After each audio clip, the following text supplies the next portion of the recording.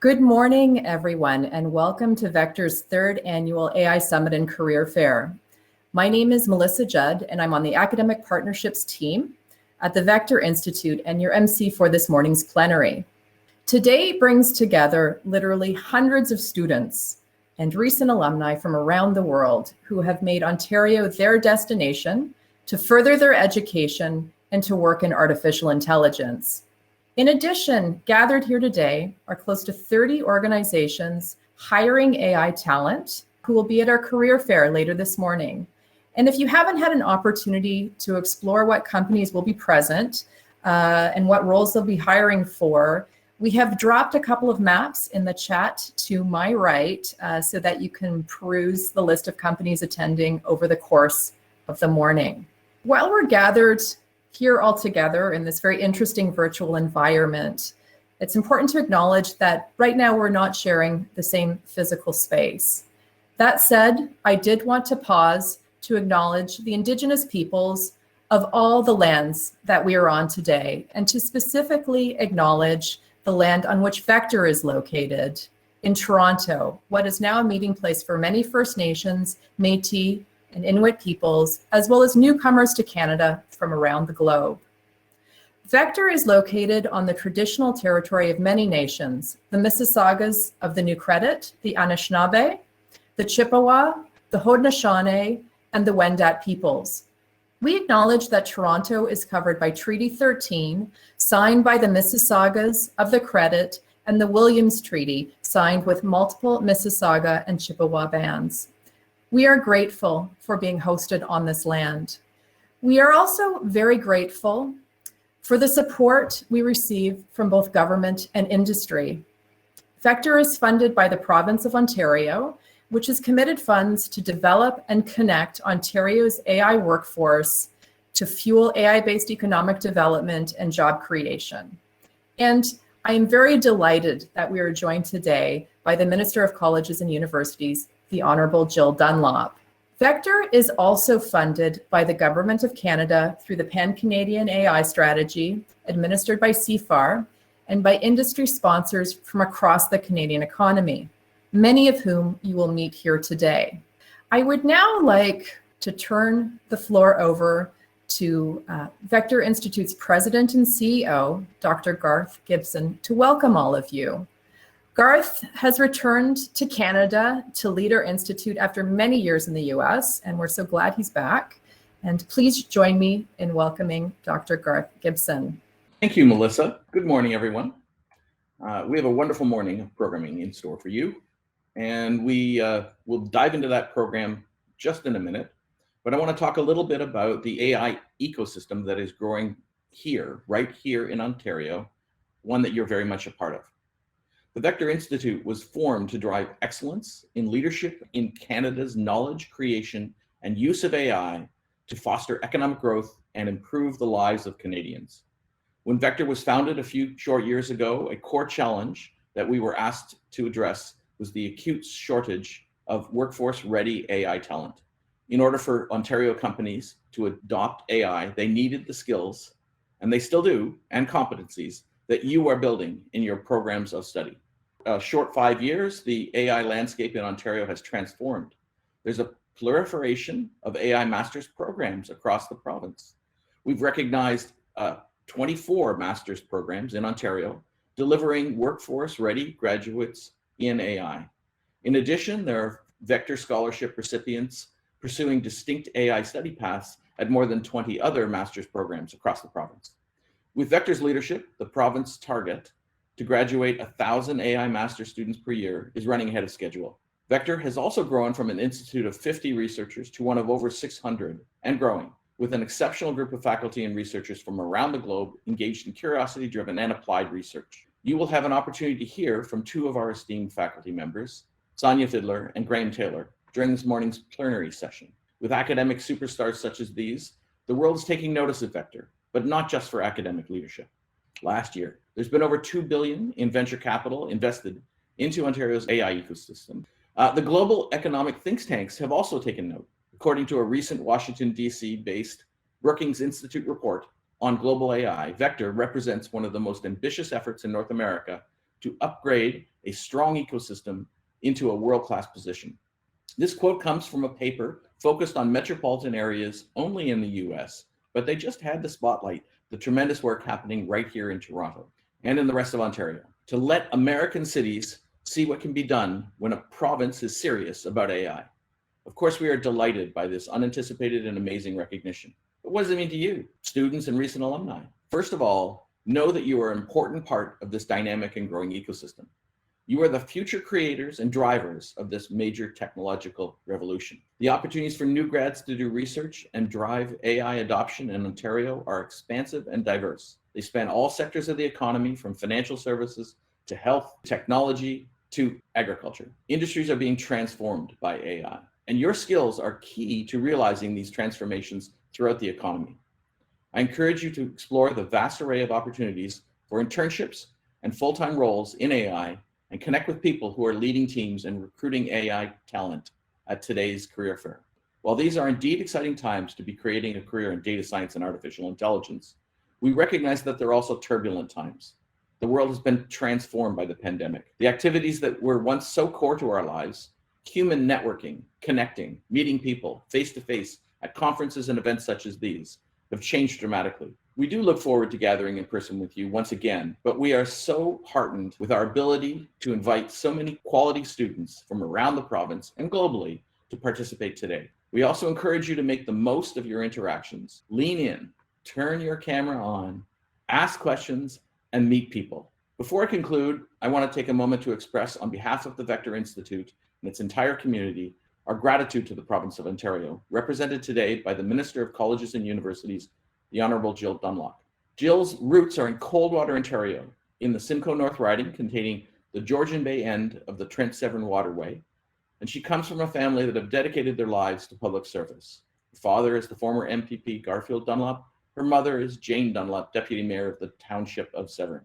She's a champion of small business and entrepreneurship, having gained experience and insight through her family business, Dunlop Plumbing. And she's an educator, having taught on the faculty of Georgian College, and the parent of 3 daughters, I think, that are all in university now. The work we're doing to develop Ontario's AI workforce is an important part of strengthening Ontario's innovation ecosystem and economy. And this would not be possible without the province's generous support.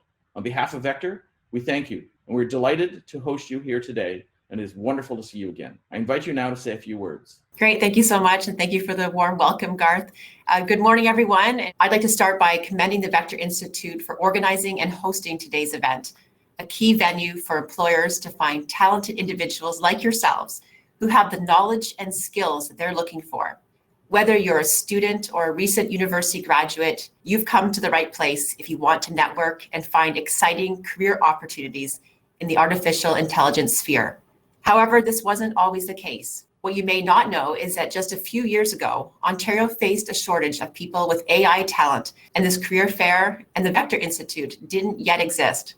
Thanks to the many dedicated people at the Vector Institute and our province's world-class post-secondary institutions, in just a few years, we've made incredible strides. The transformation of our province's AI landscape began 5 years ago when the Vector Institute was created with funding support from the Government of Ontario, the federal government, private industry partners, the University of Toronto, and other universities. And I had the opportunity to see the impact firsthand when I visited the Vector Institute in July and discussed the AI ecosystem and key initiatives that they are working on. Thanks to Vector's skillful execution of its vision, in just a few years, Ontario's pool of workforce-ready AI talent has blossomed. In 2019, this AI Summit and Career Fair was born, and it is now an annual event that attracts hundreds of attendees, employers, students, recent graduate students, researchers, and industry experts from across the province and further afield.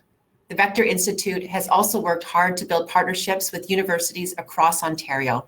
And thanks to their efforts, we now have 24 AI programs at 12 universities in our province. And since 2014, over 87,000 people have graduated from mathematics, computer, and information sciences programs. According to the Brookings Institute report that Dr. Gibson mentioned a few minutes ago, the Vector Institute's focus on conducting world-class AI research, AI adoption across various industries, and development of a robust AI workforce pipeline has positioned them as a world-class AI supercluster in Canada. Over the past several years, the impact of AI has been profound. Today, it seems like AI is everywhere around us, whether it's powering smart robotic vacuum cleaners like the Roomba, one of my favorites, protecting people's health data from digital threats, helping surgeons perform surgeries, or running some of our favorite voice assistants like Amazon Alexa or Google Assistant. The potential uses of AI seem to be limitless. According to the OECD, throughout the COVID-19 pandemic, AI technologies and tools have played a key role in every aspect of the COVID-19 crisis response. The demand for AI talent and solutions has continued to increase, and this demand is expected to continue growing in the future. This means that a future career in AI looks very promising. Ontario is currently one of the world's leading AI jurisdictions, and through the Vector Institute, our province's post-secondary programs and research initiatives in AI, we're attracting some of the best and brightest talent in the field. These researchers and graduate students are coming up with incredible, innovative ideas each day, and we need to do our best to protect those ideas. Although Ontario is already recognized globally as a place to locate technology-driven companies, the landscape is changing, and we know we need to do more to remain competitive in the global knowledge-based economy. It's crucial for Ontario to improve opportunities for post-secondary institutions and businesses to commercialize their great discoveries and innovations. Our government's focus on intellectual property through our Made in Ontario Intellectual Property Action Plan will ensure the tremendous social and economic benefits of taxpayer-funded research and innovation stays right here in the province. And we are building up IP awarenesses and capacity so we can help the incredible talent we have in this province generate and commercialize inventions and discoveries and drive long-term economic growth in Ontario. Before I conclude my remarks, I know there may be some questions that come out in the chat throughout the day, and I can assure you that my office will be working with Vector to provide responses after today's event. Finally, I'd like to congratulate the Vector Institute for all of their efforts in helping Ontario become one of the top AI jurisdictions in the world. It's amazing to see just how much has been accomplished in such a short time. I look forward to seeing all the incredible innovations that are sure to come in the future with all of the talented people we have here today. The future of AI looks very promising. Thank you. Minister Dunlop, thank you so much for your thoughtful remarks and for joining us today. Very much appreciated. We are now going to transition to 2 keynote talks, and following each presentation, we will be doing a short Q&A. So I encourage you to use the Q&A function on the right-hand side of the screen to both pose and upvote questions, because we'll be taking a couple of the most upvoted questions at the end of each presentation. And also, please again, feel free to use the chat function.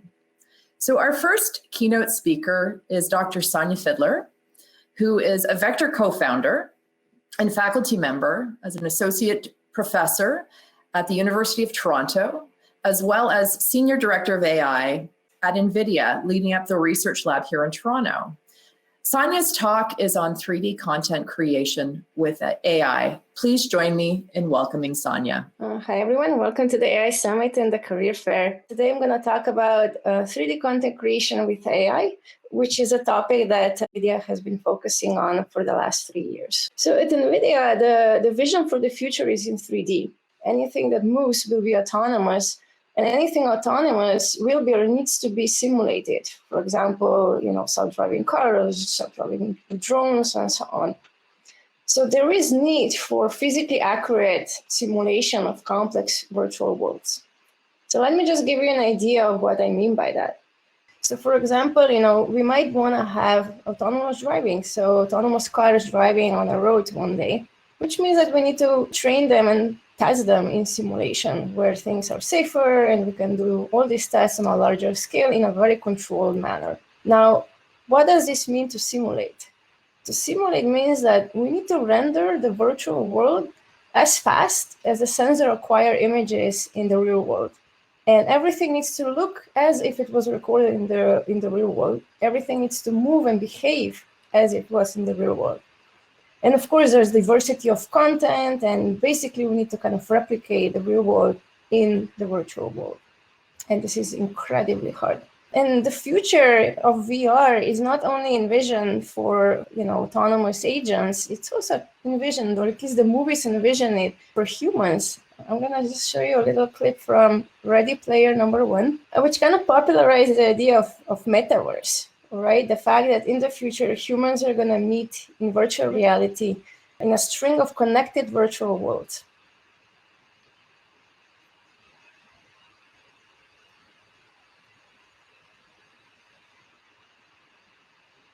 So NVIDIA has been building this real-time simulation platform called Omniverse, which essentially connects all your favorite 3D modeling software, Blender, Unreal Engine, and so on, and renders it real-time and simulates all the physics, and everything is done real-time.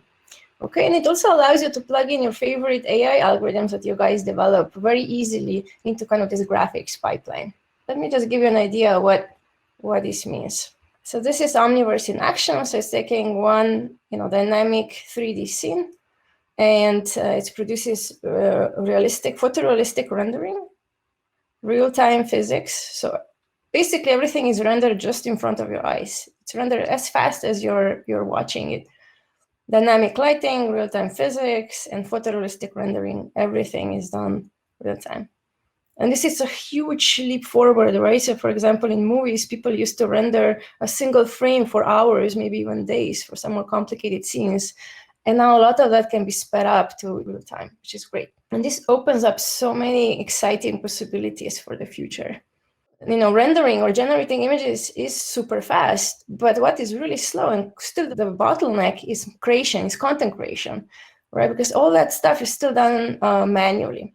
So just to give you an idea, so Grand Theft Auto, which I'm sure many of you have played, created a replica of Los Angeles. And this took them, I think, 1,000 people of 3 years of work.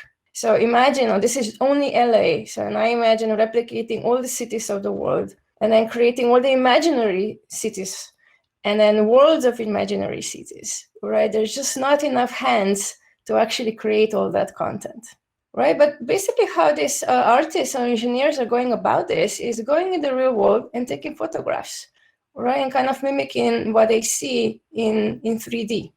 And this is really where we are the experts in, right? This is where AI can come in and significantly speed up this process. So this year there has been huge take-up on 3D, AI for 3D related applications. And this is just kind of like a funny fact for you. Ty Sheridan, the actor of Real Player #1, actually has a startup working on AI for 3D content creation, actually making movies interactive so you can chat with characters. The board of advisors is actually Steven Spielberg, the director of the movie. All right, so what kind of AI that we need to build to make 3D content creation and simulation more scalable? So one thing is just a reconstruction from data. We need to take the current world that we all live in and kind of port it into VR. Copy over all the items that we see into virtual world, into 3D virtual world. Of course, and also provide some tools to synthesize new content from imagination of users. So basically, we need tools to create worlds, which means the layout of things, the layout of content, as well as the assets themselves, assets like, cars, characters, plants, and everything that you kind of find in the world, as well as time. Time is very important. So we need to kind of model avatars, model behaviors of avatars, and animate them accordingly. And we want to have AI in all this content creation pipeline. All right, so what's kind of the traditional way of generating or rendering images? You have your 3D content, which goes into a graphics engine and image comes out. Over here is both creating the 3D content and also kind of messing with the graphics engine parameters so that, it gets the right image that they wanted. And of course, a short-term goal of AI is basically kind of interfacing with this pipeline by making this 3D content that goes into a graphics engine much faster. All right, so here are a couple of tasks that one could imagine doing. Imagine just snapping a photo and going to some sort of a 3D graphics representation, such as Mesh, which is probably the most traditional representation. Vertices with texture or color on top. And maybe we want even more, we want to have some sort of semantic understanding of that mesh, like where the eyes or the ears of the characters are, so that potentially later we can maybe even animate this content. And there's lots of image data online, right? If I go on Clicker and just search for pretty much any kind of item like car, van, bus, dog, millions of images come out, right? It's so easy to take a photo. It's so easy. It's so hard to make a 3D model. But imagine all this data, all these images into 3D. There's work that's trying to do that, right? So basically kind of the core idea that people have been exploiting is you take an image, now you're going to train some neural network that's going to produce, graphics components, mesh, lighting, and texture. And now because we don't have 3D, you don't have supervision on any of these entities, at least not most of the time, we might want to do something more clever. And we might want to pass this into a graphics renderer that produces an image. And now we might want to just define the losses on the image. So in the input image and the render image. And now if the graphics pipeline over here, this render is differentiable, then all this thing can be trained end to end. Right? So there's been a lot of work on kind of making standard graphics algorithms differentiable. So here is our work, Ganverse 3D, that tries to do exactly that. And it's trained on just kind of Flickr data online. So you have an image, we want to produce a mesh, we want to produce a texture that we can paste on the mesh. And we also want to produce some sort of semantics and part segmentation, which we can use later to, for example, switch on the lights of the headlights of this car and maybe even animate the wheels. So here is the demo. So this is going to be an input. And this is, the output comes real time. So this is predicted from our network. And it's visualized in Omniverse. And as I said, there's part annotation, which we can use to just switch on the lights and rotate these wheels and enhance this object with physics. This research is online. You can actually, Omniverse is also released, so you can actually go and play with a demo and send your critiques to us. Okay, so this was going from images to 3D, but the world is dynamic. So we want to go to videos to maybe dynamic 3D content as well. So now instead of just having differentiable rendering, we might want to have also differential simulation, right? We know that physics governs motions, right? So for example, if we want to recover a human motion, right, we need to infer kind of this body structure, the body parameters of the human, as well as the mass and the forces that act on this body. Right, and since we know that everything conforms to the equations of motion, then we can infer, human motion that is physically plausible. So here is one example of our model that is basically enforcing physics laws in order to infer 3D motion. So in the bottom right, you have a human walking around in a video, and here in the top left is kind of this motion that we infer retargeted on this character over here, this female character. And you can see it looks quite realistic. And this is because, we have this physics that kind of regularizes the prediction. And this is super cool, right? Because now you don't need mock-up suits, which are super expensive to collect motions. Now you can just record videos of people doing stuff. And you can get tons of different motions. And now you can start maybe even training generative model of motions and so on. It's one step closer to virtual characters or avatars. I also wanted to show this because it's done by my friend, and I think it's really cool. So, the idea is you're going to take a little clip from a movie or even like a video, and you want to turn it into animation. This is Forrest Gump over here. And he has a way to turn it into like a real reanimation of that scene by basically predicting a scene graph. Because now I need to predict an entire scene that's moving, which means that I need to know the action and which are the characters, what are they doing at each time instance, and roughly their 3D poses and poses of the object, right? Which is pretty cool because now I can go from entire movie to some sort of an reanimated movie. All right, now, the other way of thinking about it, one way is I'm just going to take pictures, which is very easy at 3D content. The other way is, we want interactive tools for the masses. Everyone should be able to create 3D content. My mom should be able to create an amazing 3D model, right? And we know that Minecraft is a really amazing platform from that, right? There's, millions and millions of people that are actually creating content in Minecraft. So maybe what we want is to create some sort of a tool that can take this Minecraft-like voxelized coarse shape and turn it into a beautiful HD shape. So these are a couple of results. In the top left is the input to our network. This very coarse voxel input that anyone can carve with very simple tools. And then here comes this AI upscale 3D model. And of course, we don't want to stop at creating just shapes. We want to also have very simple tools to texture them so that, this content really comes to life. And in the future, also animate them, of course. Right, so now we talked about the standard pipeline, AI helping in a standard pipeline, which is creating content that goes into a graphics engine. But the future might be entirely different, thinking long-term redefinition of how content and how rendering is done. Maybe we want to have AI everywhere. Maybe we want to have a completely new 3D content representation that's completely neural. And I don't want to even guess what that is. Could be some sort of a 3D volume. Could just be a latent code. Stop thinking about this as what graphics has defined as a representation. Start thinking about what AI can do in the future. And then maybe even replace the rendering engine with a neural rendering. Maybe AI should be the one rendering. No more graphics in the loop. What kind of possibilities can we envision with this kind of pipeline in the future? And of course, if we want to build towards this new future, we need tools that can mimic everything that graphics can do today, right? So it needs to be controllable, and it needs to create beautiful pictures, beautiful worlds, and so on. All right, so here is just in the very recent years, people have started working on this, kind of defining new ways of representing 3D content. So on the left is NERF. Many of you might have heard of it. On the right is kind of deep SDF and approaches that represent SDF with neural networks. So everything here, both on the left and on the right, is rendered with a neural net. Every single frame you see here is not a rendering engine, graphics rendering engine, is rendered, or is forward passed through a neural network. And there are exciting possibilities with that. Let me just go back to my initial example of, hey, everyone can create this content in Minecraft-like worlds, where everyone can carve out something like this, a world like this.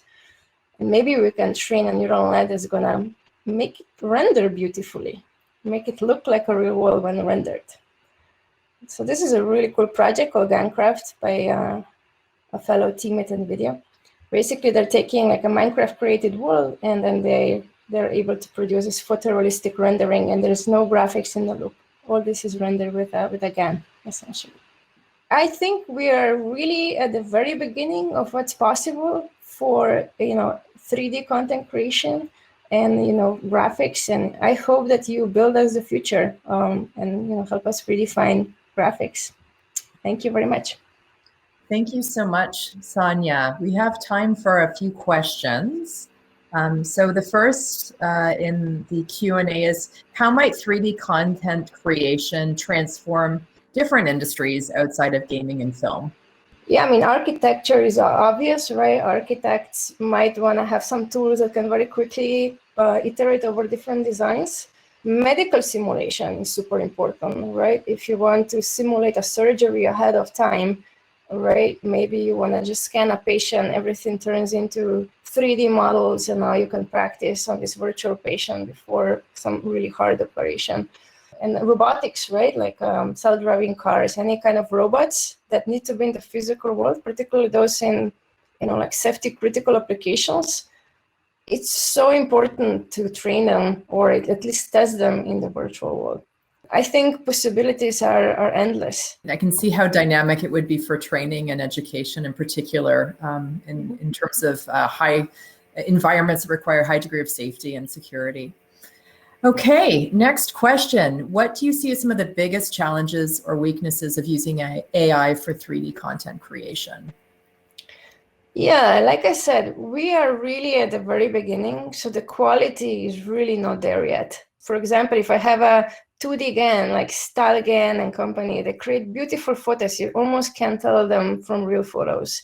That's not the case in 3D.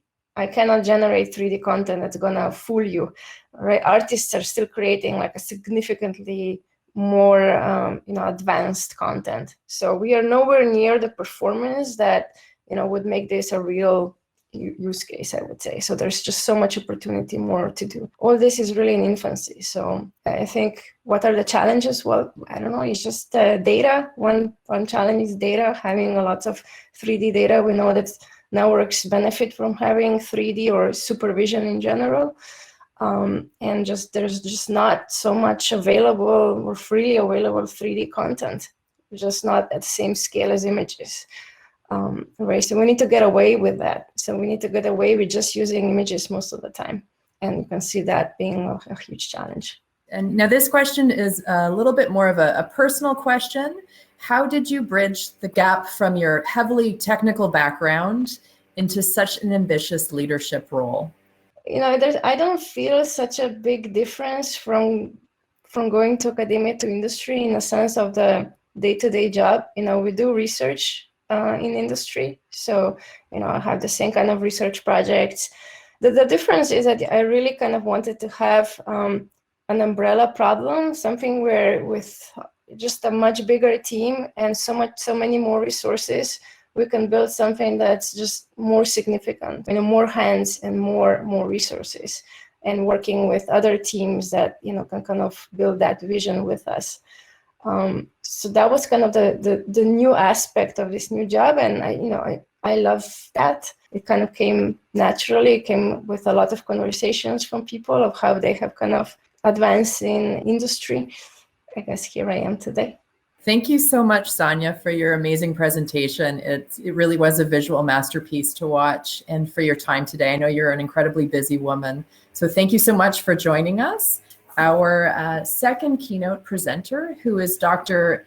Graham Taylor.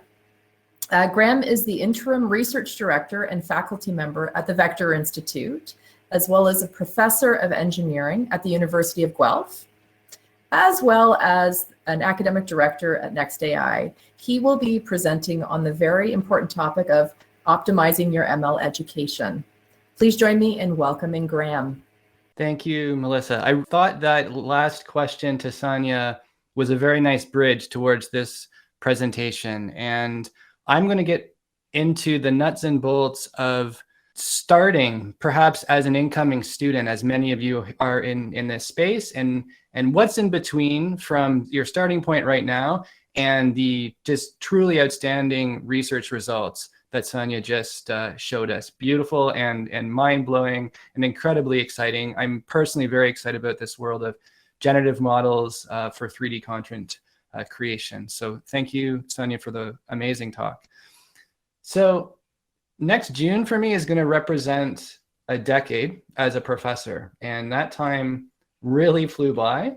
I just wanted to give a quick pointer to some topics that are relevant to today's discussion. So I lead a machine learning research group at the University of Guelph. Actually, several of my trainees are in Toronto at the Vector Institute.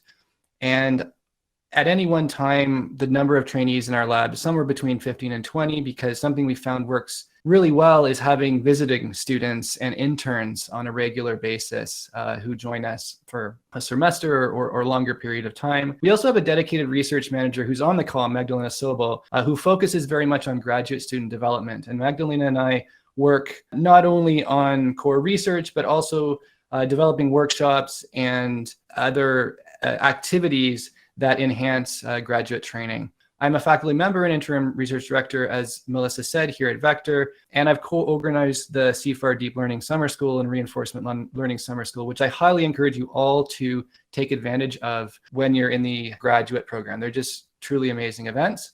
And I've chaired faculty hiring and faculty affiliates committees here at the Vector Institute. And the reason I bring this up is that I'm often looking at the career of individuals going through graduate programs and thinking about the experience one has and how that relates to their output. And I'm an advisor to tech startups, as Melissa said, working very closely with the NextAI program and also Creative Destruction Lab here in Toronto. And the most important point, I think, of this slide is my mentors. I've just been so lucky to have a number of wonderful and influential mentors, including Vector's chief scientific advisor, Jeff Hinton, and my very first research advisor as a master's student, Hamid Tazoush, who's also a Vector faculty affiliate.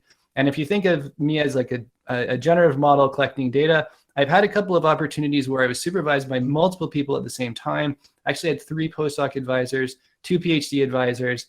And so I see that it really is a benefit of more data collection, especially with respect to diversity of mentorship styles. And so I hope that is indeed formed my own model as I started to mentor my own students.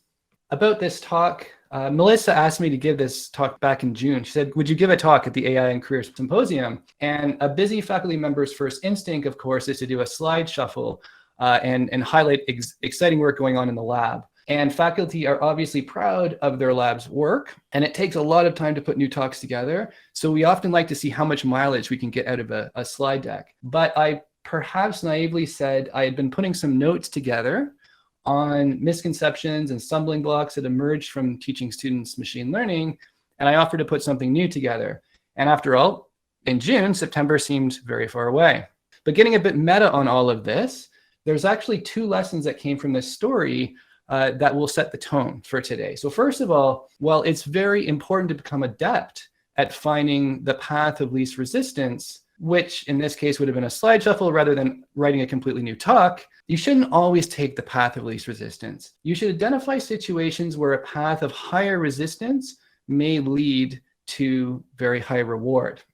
And so examples of the former that relate to grad students, we often get disappointing results in the peer review process when we're submitting to high-profile conferences, and you might come back with negative reviews, and often you might feel like there's no point in writing a rebuttal. But going ahead and still writing that rebuttal, in some cases, we've been extremely surprised on the outcomes in that process, putting the effort in. And it's also very important to your development, learning how to write such rebuttals. Another example is I often see people cut and paste tables directly out of their papers and put them in slides. And of course, it's really quick, but actually taking the time to compose a table specifically for your presentation, it might seem like wasted work, but it really shows in your presentation that you've really carefully thought and having a nice looking theme and also how everything fits together. Often students, when they're first starting out, might also lift other people's figures rather than making their own in their own papers. And even if they're, of course, citing them like they should, I highly discourage doing that. Even if you think you want to reuse this really nice figure, it's really worth taking the time to re-envision that and rebuild that figure in your own style. Consider how it might be extended or changed. And then the final one I'll note is also sending a generic email to multiple prospective advisors. That never works out very well. So it's much better to put the effort in and really write highly customized inquiries to a number of specific individuals and convince them that you really have paid attention to what's going on in their lab. And so on the second point, as a maturing grad student, you're going to receive more and more requests for personal or professional, volunteer-related activities. And often those will seem very far away and you'll be inclined to say yes. In evaluating such requests, I like to lean on some advice I read from the founder of the CAPTCHA and also the founder of Duolingo, Louis Von Ahn.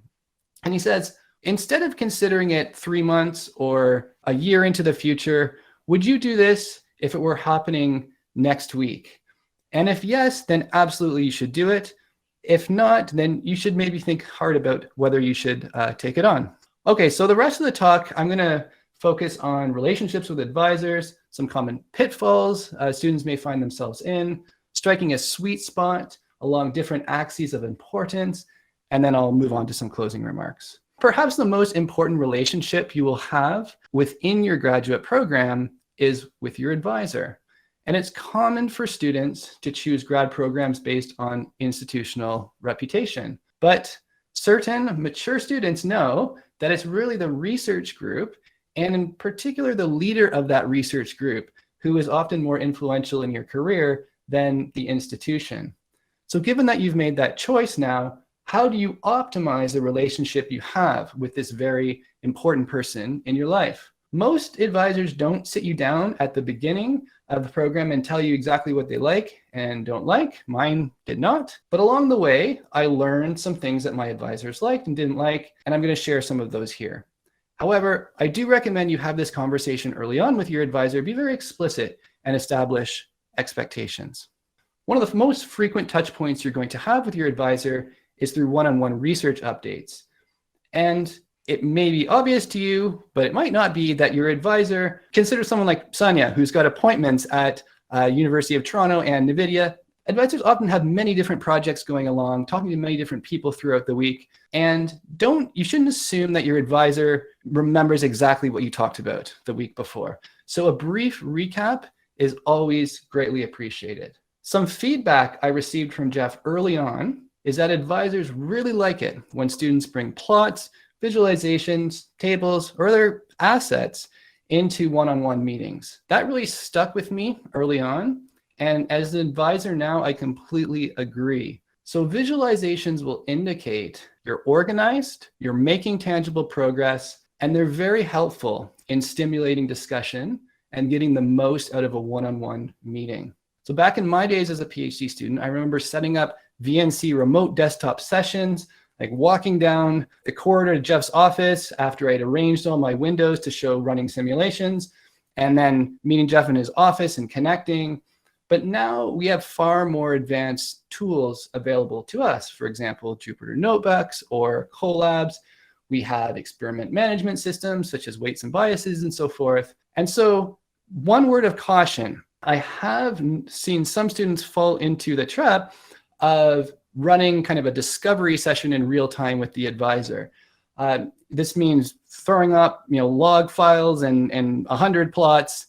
You definitely have to do some organization and filtering ahead of the meeting. You shouldn't really be discovering your research results in real time if that's not what's intended here in a one-on-one session. So definitely get organized, filter that ahead of the meeting. An important point on figures. I've also had some discussions with students who bring a figure, which I'm saying is fantastic, to a meeting, but it's in not so great shape. Like it maybe is missing axes labels or missing a legend. It's very hard to decipher what's going on. And sometimes the response is, in my final paper, I will of course clean that up and make it a proper looking figure. I would say every time you show a figure to somebody else, you should make it basically complete. Because if you made the figure, you will have information in your head which fills in the blanks, like your axes labels or your proper legend. But when you show it to someone else, like your advisor, they don't have the same context as you. So that might waste a lot of valuable discussion time. There are obviously ups and downs in research. And in fact, that's one of the key things that distinguishes a path in research versus other career paths you may choose. It takes time to get used to balancing successes and failures. And with the independence you are given as a graduate student researcher, it's up to you to probe why things don't work out as expected and try to understand the reasons behind them, and also to think through potential alternatives. Your advisor is happy to talk through these options with you and offer advice. The quickest way to frustrate an advisor is to tell them week after week, I tried what we talked about last week and it didn't work, and ask them what you should do next. They're not the one that's driving your research, it's you. And I hope that's the reason you chose a path of research. So if you can, convince your advisor that you are careful in your implementation, reasonably explain why things didn't work out. I know you're not going to know it all the time, but at least come up with a proposal explanation, and also offer alternative paths forward. As I said, your advisor will be delighted to talk through each of these things with you during that meeting. Now, let's move on to a few pitfalls. So one caveat is that these are all from the perspective of doing experimental machine learning, for example, methods development or applications, and it doesn't apply as much to theory students. This is the area that I work in mainly, and it applies, I believe, to the majority of you in this session today. So in experimental machine learning, it's not hard to fall into a trap where you're manually tweaking metaparameters, also known as hyperparameters. I've actually been calling them metaparameters since the 2019 Vector organized symposium that honored Jeff Hinton's Turing Award. And there were two talks that mentioned the name metaparameters instead of hyperparameters. One of them was George Dahl. So you should check it out if you're really interested in the distinction. And so these metaparameters are really the knobs of machine learning models that are typically not learned via gradient descent. They include the learning rate, the type and strength of the regularizer, the network depth, and various other architectural or optimization related settings. So jokingly, this process is known as graduate student descent. You should only be doing a little bit of interactive exploratory work as a model is being developed, and then it's better to quickly move to automation and systematization of metaparameter search and reporting, doing a grid or a random search is perfectly fine. Now, falling into this meta-parameter tweaking loop is often a symptom of not having properly designed an experiment. And so for our group, we wrote an experimental plan template, which you can see linked here at the bottom. And this provides some structure for experiment planning and a basis for discussion with advisors and collaborators. While many students are now using Jupyter notebooks or collabs effectively to collate and visualize their results, I learned a trick from Ian Osmand, who used the rule 1 notebook per experiment. So the advantage of this is that there's a very clear start and finish for an experiment. The research question is the first thing documented in that notebook. There is a very clear purpose for the point of those experiments. The code for loading the results from disk and all the visualization are all in that notebook. And this is an amazing path to writing papers that are reproducible. The machine learning field is obsessed with benchmarks. And being the state of the art on an established benchmark is an achievement. For certain conferences and reviewers, it almost seems a necessity. And I've met some students who are totally obsessed with beating state of the art, where they think it's sufficient for publishing in good venues. And this kind of do anything it takes mentality is another way to fall into the endless meta-parameter tweaking loop. And it has several downsides. So it's going to take your focus off good research questions.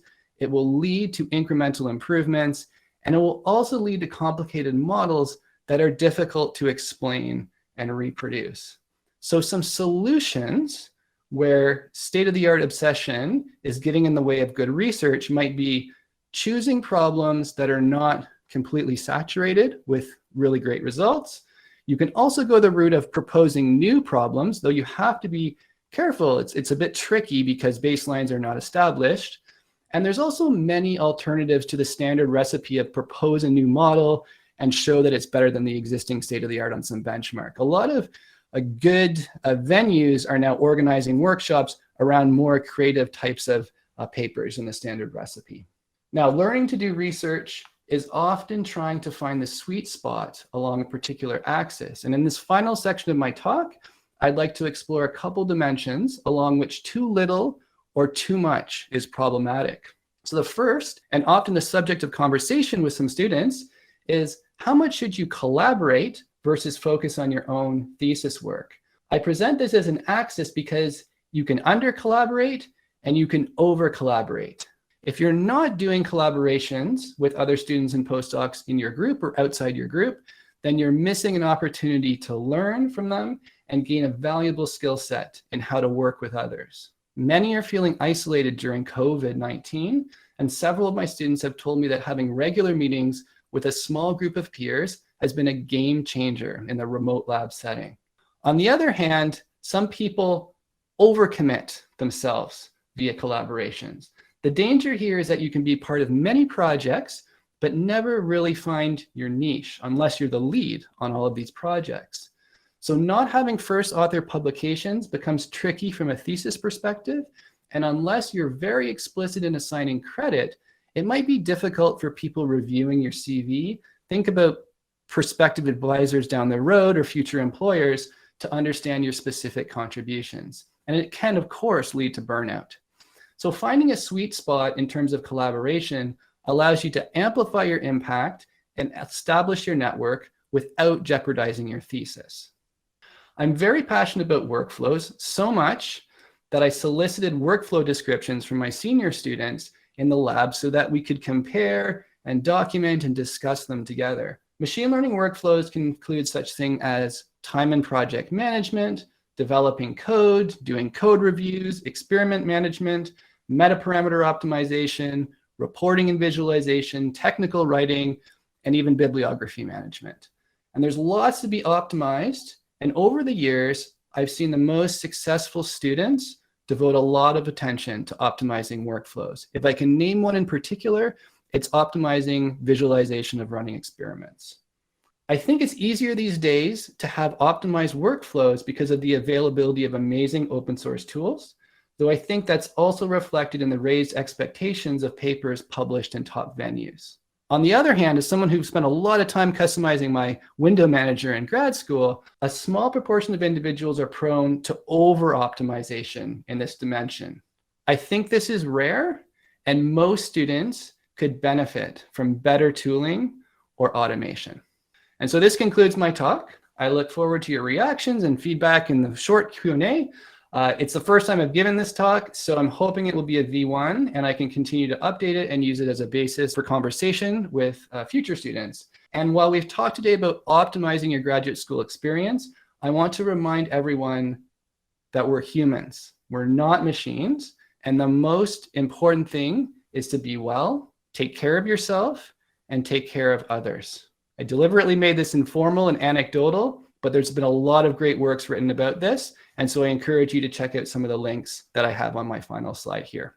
Thank you, and back to Melissa. Thanks so much, Graham. I think we have time for maybe 2 quick questions. So as a graduate student who I think is maybe focused on captivating the attention of giant AI companies, what should they focus on? And then the follow-on is, how much depth should we go into theories, as there are so many interesting fields to gain AI excellence? I think that's a depth versus breadth question there. Okay, so I'll tackle the first part of that question. I think some of the things that would really stand out are personal recommendation through networks. And so if you can gain some internship experience where you produce something very tangible, it could also be a major open source contribution. It could even be a very highly regarded blog or feature in a video blog or something like that. If you can demonstrate some impact in a number of different places and have other people tell that prospective employer that you're amazing, then that will probably help you out the most. The second would be just having a great CV with a number of different experiences and tangible assets. Again, I just go back to that and just make sure you're not just working and not generating everything. Get your work out to the world, publicize it, and make sure people are aware of who you are. It doesn't mean you necessarily have to have a social media presence if you're not comfortable with that. You can do it in other ways, but just get your name known. In terms of depth versus breadth, it's extremely personal. I've seen students achieve great things going either way. Again, it's probably like these sweet spots I was talking about along an axis. That is an axis. Find the sweet spot. You don't have to land right in the middle, but find out where you can be the most impactful. Excellent. Thank you, Graham. So this concludes our plenary. We now, for the next hour, are going to be going into 3 concurrent sessions. They are all being recorded. So what you really need to decide is, what do you want to sit in on today and what do you want to view later on YouTube? Just a very quick rundown of what your choices are. We have a research stream, so you can hear talks from both public and private sector researchers from the NRC, Sunnybrook Research Institute, Layer 6, and Borealis. A second path is an applied pathway. We have recent grads working in a variety of different roles in AI at Deloitte, NVIDIA, TELUS, and PMP Optica. They will share their stories, some lessons learned, and how they got into their roles. And finally, we have a recruiter panel, so you can get the veil lifted on all those key questions that you have about the hiring process with 4 recruiters from OMERS, Thomson Reuters, Scotiabank, and Deloitte. So to navigate to these 3 talks, and you can jump between the talks once you are in one, there is an event link above the slide, sort of in the middle of the screen, and you can use the drop down and click out to the event, one of these 3 events that you're choosing. The career fair won't open until 11:30, so do not select those, but you can navigate away to one of those 3 talks. This event itself will end in a couple of minutes, so you do have to make that choice. You're happy to move over there, and we'll get started in a couple of short minutes. Thank you so much, and thank you to all of our speakers, and have a great day.